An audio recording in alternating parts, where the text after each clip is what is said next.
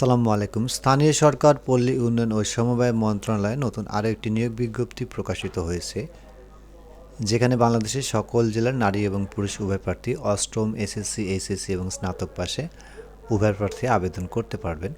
তো যেমনটি দেখতে পাচ্ছেন, জাতীয় স্থানীয় সরকার ইনস্টিটিউট এর রাজস্ব খাতভুক্ত নিম্নোক্ত শূন্য পদে নিয়োগ বিজ্ঞপ্তি প্রকাশিত হয়েছে, যেখানে ১ নম্বরে থাকছে সহকারী গবেষণা কর্মকর্তা, বেতন স্কেল ১৬,০০০ থেকে ৩৮,৬৪০ টাকা, বয়স অনূর্ধ্ব ৩২ বছর, পদের সংখ্যা ৬টি।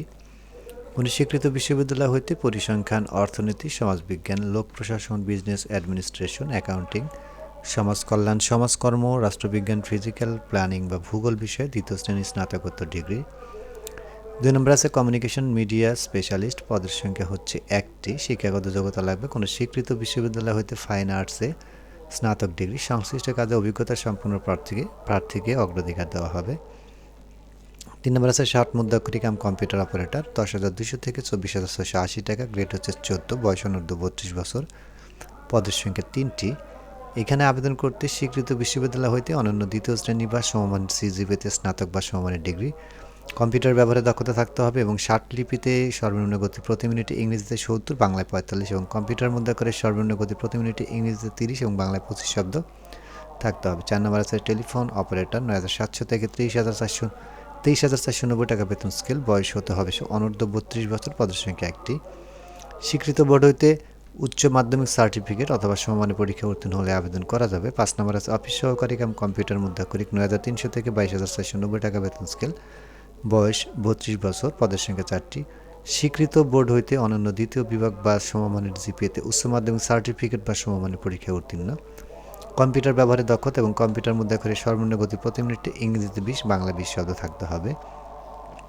৬ নম্বর আছে ডিসপাস করণিক, পদের সংখ্যা ১টি। এখানে আবেদন করতে উচ্চ মাধ্যমিক সার্টিফিকেট অথবা সমমানের পরীক্ষা উত্তীর্ণ হলে আবেদন করতে পারবেন। ৭ নম্বর আছে অফিস সহায়ক, এখানে পদের সংখ্যা আছে ৪টি। স্বীকৃত বোর্ড হইতে মাধ্যমিক স্কুল সার্টিফিকেট বা সমমানের পরীক্ষা উত্তীর্ণ হলে আবেদন করা যাবে। ৮ নম্বর আছে নিরাপত্তা প্রহরী, পদের সংখ্যা ১টি, অষ্টম শ্রেণীর পাস। এবং ৯ নম্বর আছে মালি, পদের সংখ্যা 1টি, এটাতেও অষ্টম শ্রেণী পাস হতে হবে।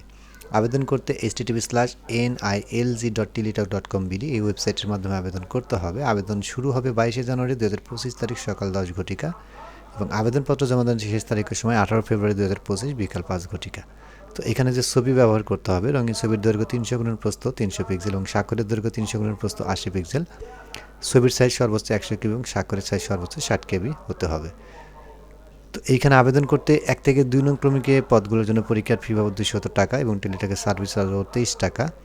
3 থেকে 6 নং ক্রমিক পদগুলোর জন্য পদের সঙ্গে ফি বাবদ 100 টাকা এবং টেলিটকের সার্ভিস চার্জ বাবদ 12 টাকা, মোট 112 টাকা।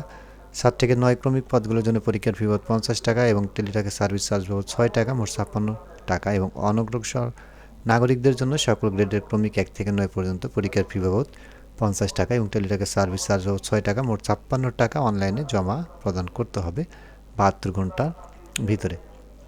তো এই ছিল বন্ধুরা আজকে বাংলাদেশ স্থানীয় সরকার ও পল্লী উন্নয়ন সমবায় মন্ত্রণালয়ে প্রকাশিত নিয়োগ বিজ্ঞপ্তির বিস্তারিত। আজকের মতো এই পর্যন্ত, সবাই ভালো থাকবেন। আল্লাহ হাফেজ।